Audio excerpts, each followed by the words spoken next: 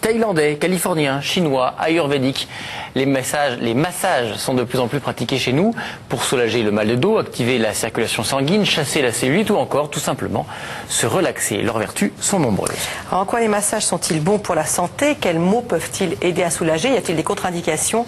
Détendez-vous, on parle massage aujourd'hui sur le plateau d'Allo Docteur avec Dominique Azaïs qui est masseur kinésithérapeute. Bonjour. Bonjour.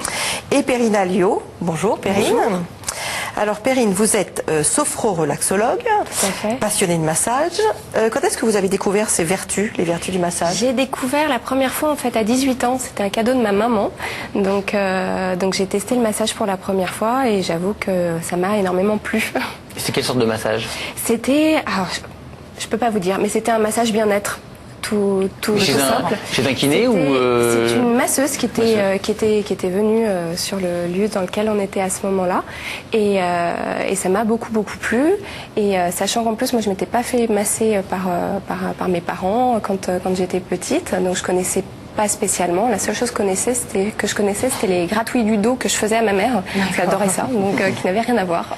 Et puis c'est durant votre deuxième grossesse que vous avez renoué avec ce plaisir. Tout à fait, où je me suis fait masser pendant ma grossesse. Donc, vous avez eu des problèmes ou pas pendant cette grossesse? Oui, j'ai eu des problèmes pendant cette grossesse. J'ai été beaucoup alitée et donc ça m'a fait beaucoup de bien. Au niveau stress, au niveau dos, ça a été quand même. C'est plutôt un massage des massages pour alléger, soulager des tensions. Exactement. Ça a été à la base massage bien-être pour soulager les tensions, notamment dues au stress, et puis les tensions par rapport au mal de dos. Moi, j'étais pas mal alitée, donc pour soulager également les jambes, parce que je bougeais pas tant que ça, donc ça m'a vraiment été très bénéfique. Alors à ce moment-là, de masser, vous êtes devenue masseuse en quelque sorte, parce qu'une fois que votre petite fille, c'est ça, est née, oui. Elle est née prématurément. Exactement. Et vous l'avez massée beaucoup. Je l'ai beaucoup massée effectivement parce que ça m'a permis moi de créer un lien avec elle parce que c'est vrai qu'elle a été en néonate et le lien s'est fait un petit peu plus tardivement et en plus elle a eu pas mal de soucis de santé, notamment bien évidemment des coliques et d'autres choses, ce qui fait que ça me permettait aussi un petit peu de l'apaiser, soulager ses tensions. Et c'est vrai que ça a été relativement efficace. Qui vous a appris à masser un bébé? Ah, notamment Isabelle qu'on va voir dans le reportage. On va répondre déjà à quelques questions. Aurélie demande si les kinés sont les seuls habilités à faire des massages. Officiellement, oui. Je ne suis pas juriste, mais de ce que je sais, officiellement, il n'y a que les kinés qui peuvent faire des massages. Dans la pratique, il y a beaucoup d'autres personnes qui les utilisent, alors à bon escient ou à moins bon escient. C'est un autre débat, mais officiellement, je pense que ce sont seulement les kinés. Les kinés... alors, question suivante. Il est bloqué? Ça ne marche pas. Non. Combien coûte un massage en moyenne et est-ce remboursé par la Sécurité sociale? Alors, le massage pur n'est pas remboursé par la Sécurité sociale. Les kinés ont des actes qui sont remboursés à condition qu'ils soient prescrits et qu'ils comportent de la rééducation. Oui, mais en général, c'est une séance de rééducation qui se termine par un massage. Où il y a une part de massage plus ou moins importante, mais le massage pur n'est pas un acte complet de rééducation. Si je vois mon masseur kinésithérapeute avec l'ordonnance de mon médecin parce que je me suis fait mal à un bras, là, ça va être pris en charge par la Sécurité sociale, y compris si vous pratiquez un massage pour me faire du bien. En revanche, si je viens vous voir de mon propre chef pour dire j'ai envie d'être détendu, etc., ce sera un massage de bien-être qui ne sera pas remboursé. Qui sera pas remboursé. Je me suis fait masser au hammam, peut-être pas par un masseur kinésithérapeute, je ne sais pas, et depuis j'ai très mal au trapèze. Est-ce que c'est normal? Alors, ça dépend depuis combien de temps il y a eu ce massage, parce qu'on peut avoir des courbatures pendant 2-3 jours après le massage, puisque les trapèzes sont des muscles qui sont souvent très tendus, donc il y a des toxines dans les cellules musculaires, et le massage va mettre en mouvement ces toxines, donc il va y avoir un côté de courbature, comme après un effort, qui doit disparaître dans les 2-3 jours. Si ça dure plus longtemps, peut-être le massage était trop brutal. C'est une question. Est-ce qu'un massage peut faire plus de mal que de bien, vous demande Christelle? Normalement, non. Il faut respecter des temps où on ne peut pas masser, comme par exemple dès qu'il y a une crise inflammatoire, on n'a pas le droit de faire de massage, de la fièvre, une articulation gonflée. On ne peut pas masser des tissus enflammés. Mais sinon, à moins d'être vraiment maladroit ou de mal s'y prendre, il n'y a pas vraiment de contre-indication au massage. Une question un peu personnelle. Est-ce qu'un masseur se fait masser ? On dit souvent les cordonniers sont les plus mal chaussés, mais ça leur ferait toujours du bien. Moi, je le fais quand je vais en Chine, puisqu'on masse beaucoup, très facilement partout en Chine. Mais ici, en France, à Paris, c'est vrai que j'ai peu de temps pour me faire masser moi-même. Puisque vous avez fait notre transition, nous allons voir un reportage sur massage chinois. Peut-être parfait.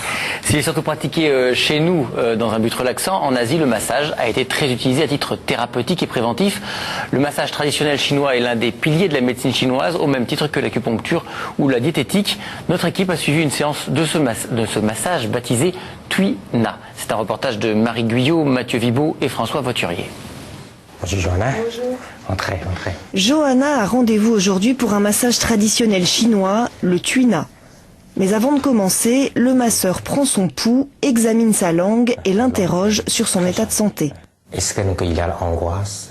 Est-ce que l'angoisse à ce moment, du stress. Du stress. Pour le massage, donc, on va essayer de soulager la tension de votre corps. En chinois, Tui signifie pousser et Na saisir. Le Tui Na est donc un massage tonique qui va soulager les douleurs musculaires et articulaires, mais pas seulement. Ça, c'est sur le trajet de méridien, la vessie. Renforcer l'élimination. En médecine chinoise, les méridiens sont les canaux d'énergie qui relient les différentes parties du corps. C'est les 2 points, il faut que j'ai bien travaillé. Le bas de dos et le trapèze. Ça, c'est les 2 endroits où il y a plus de tension, il y a plus de nœud. Bon, presque pour tout le monde. Donc, dans ce coin-là, c'est cette partie-là, cervicale, oui. À cause qu'on est souvent devant l'ordinateur. Mauvaise posture, stress, fatigue, autant de facteurs qui empêchent l'énergie de circuler librement dans le corps. Les médecins chinois disent toutes les maladies, tout le malaise, les douleurs, ça provient du blocage. Chasser la tension dans les jambes. Problèmes de circulation, migraine, rhume ou encore constipation, le massage chinois s'attaque à un grand nombre de maux, mais il est également préventif. On ne fait pas le miracle. Il faut changer, rééquilibrer l'énergie, modifier le terrain petit à petit. Le corps, c'est comme le potager. Tous les jours, il faut passer un peu de temps pour cultiver la terre. J'ai testé d'autres types de massages, mais en ce moment, c'est ce massage chinois qui correspond à mes attentes. C'est-à-dire corporel, physique, enlever les tensions au niveau du dos, des trapèzes, des épaules. J'ai ressenti ça dès le premier massage. Dès que je suis sortie, je me sentais bien au niveau du corps, mais aussi sereine, apaisée.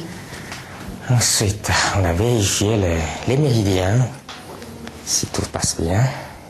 Johanna apprend également des exercices d'automassage qu'elle pourra pratiquer tous les jours chez elle pendant une dizaine de minutes. Donc ça, c'est le premier point sur le méridien des reins. C'est le point pour le bien-être, pour la longévité. Une manière de poursuivre ce travail à la maison jusqu'au prochain rendez-vous. Quand on voit ce massage, on se dit qu'on doit sortir épuisé de là, non ? En fait, c'est un vrai travail du corps. On est relaxé d'une certaine manière, mais le corps est fatigué parce qu'il a beaucoup travaillé. Quand on a été massé, il y a eu vraiment un travail sur les tissus. On voit pour faire circuler toutes les matières, les liquides, qu'il y ait des meilleurs échanges. Et donc, le corps est effectivement fatigué. Il faut aller tranquillement après le massage.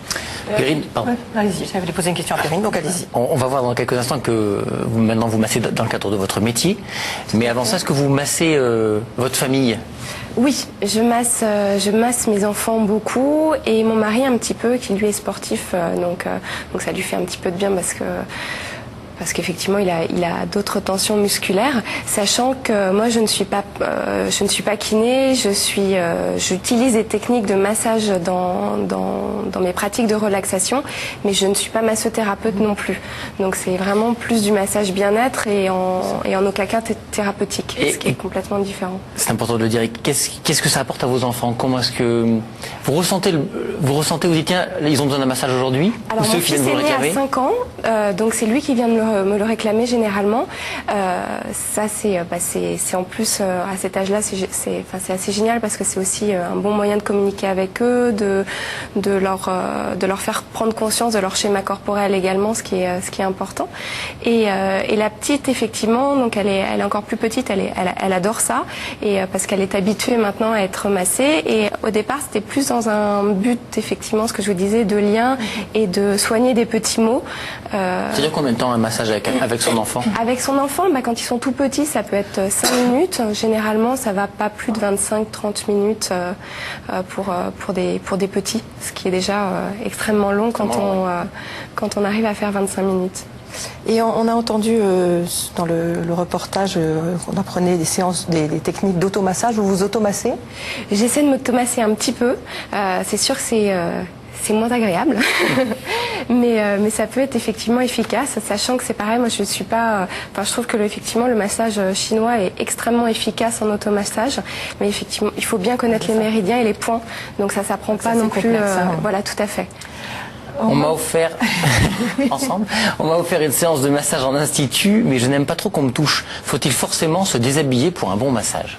Alors ça dépend du type de massage, parce qu'il y a beaucoup de sortes de massages différents. Par exemple, le massage shiatsu qu'on fait au sol sur un futon, on pourra rester habillé. On ne fait pas directement sur la peau. Le massage thaï, en principe aussi, on peut rester habillé. C'est un massage qui fait des pressions avec beaucoup de manipulation du corps, donc c'est assez physique aussi, et on reste habillé. Vous avez répondu déjà à différents types de massages. On nous demandait massage chinois, thaïlandais, et massage californien et massage tantrique. C'est quoi ça? On dit qu'il est compliqué de s'y retrouver. C'est vrai que quand on n'y connaît rien, on se dit lequel je choisis. Alors, il y a un peu une mode des massages, donc il y a même des nouvelles méthodes, comme j'ai vu le massage taoïste, le massage tantrique, qui sont quand même des méthodes qui apparaissent récemment et qui sont issues de méthodes traditionnelles, mais qui viennent parce que c'est un peu à la mode.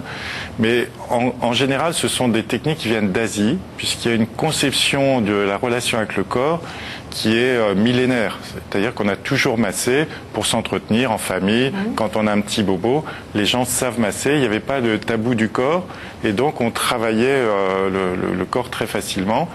Et donc, il y a des conceptions en Inde, le massage ayurvédique, le massage thaï, qui est un mélange entre une conception chinoise et une conception aussi de l'Inde, qui rassemble un peu les deux.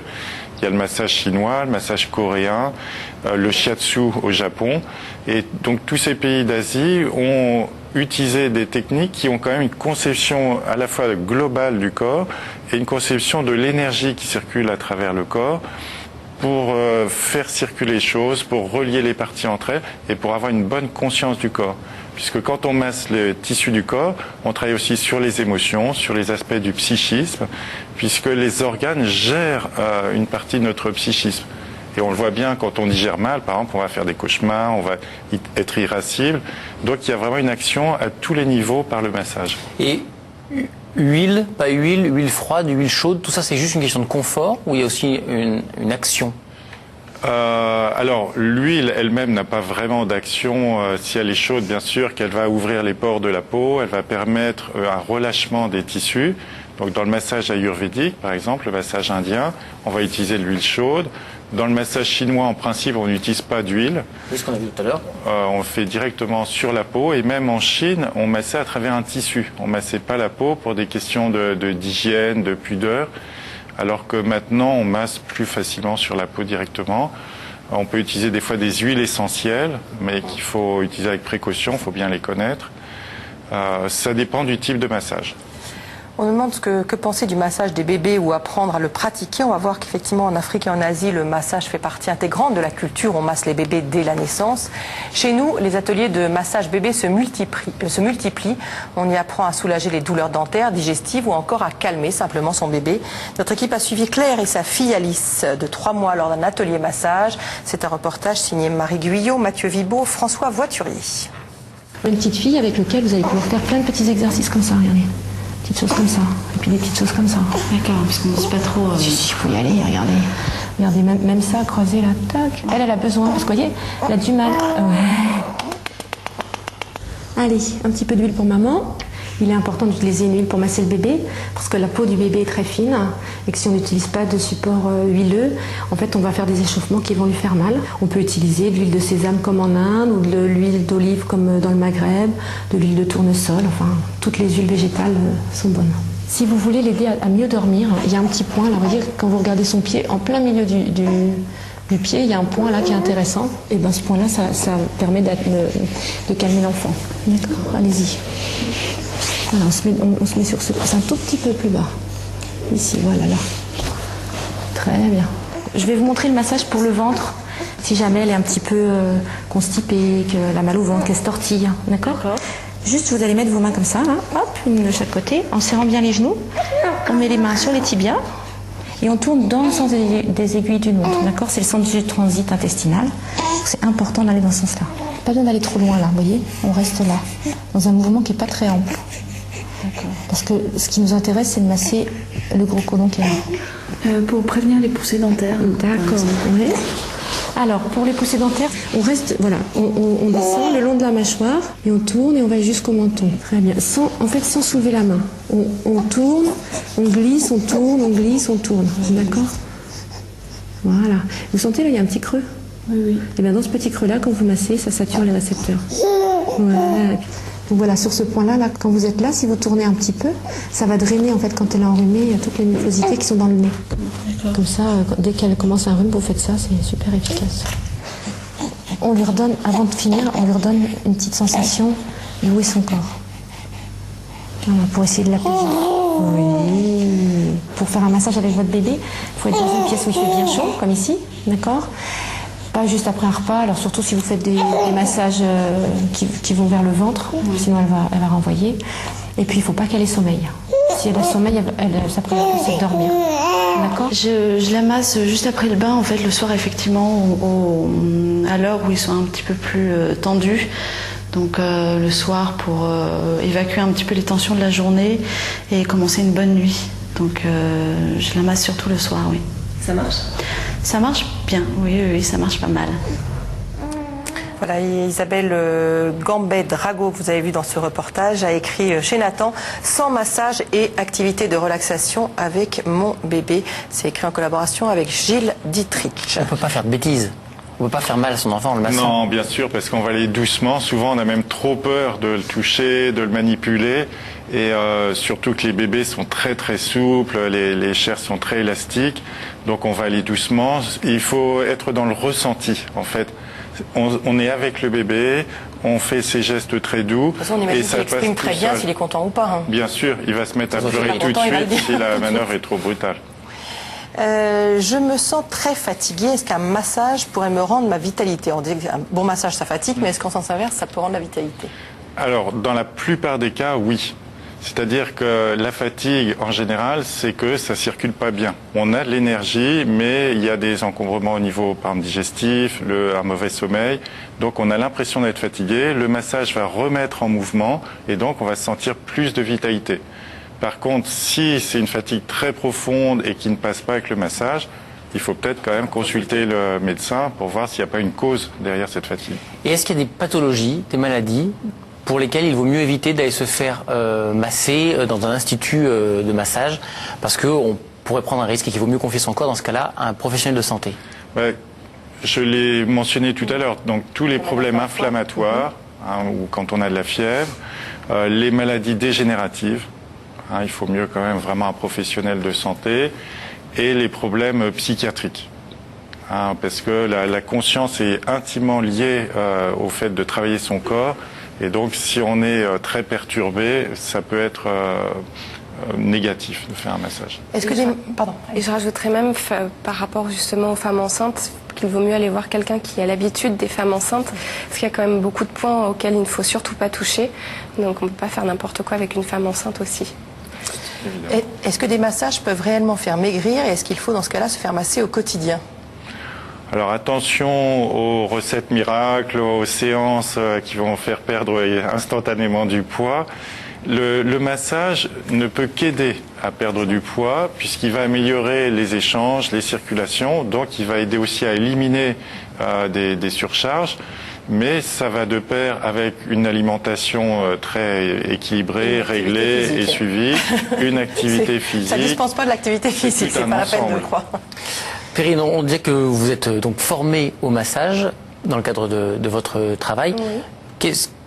En quoi il vous sert dans votre travail de sophro-relaxologue, ce massage? Notamment, moi, c'est surtout effectivement par des techniques de relaxation, justement, pour que les personnes puissent prendre conscience de leur corps, les détendre à un moment. Moi, je suis essentiellement spécialisée en périnatalité, donc ça peut vraiment aider les mamans. Et le massage bébé, c'est pareil, là, pour le coup, généralement, moi, je masse pas les bébés, c'est les mamans qui apprennent à masser leur bébé. Et c'est une approche encore différente. Vous avez appris une technique ou plein de techniques différentes de massage?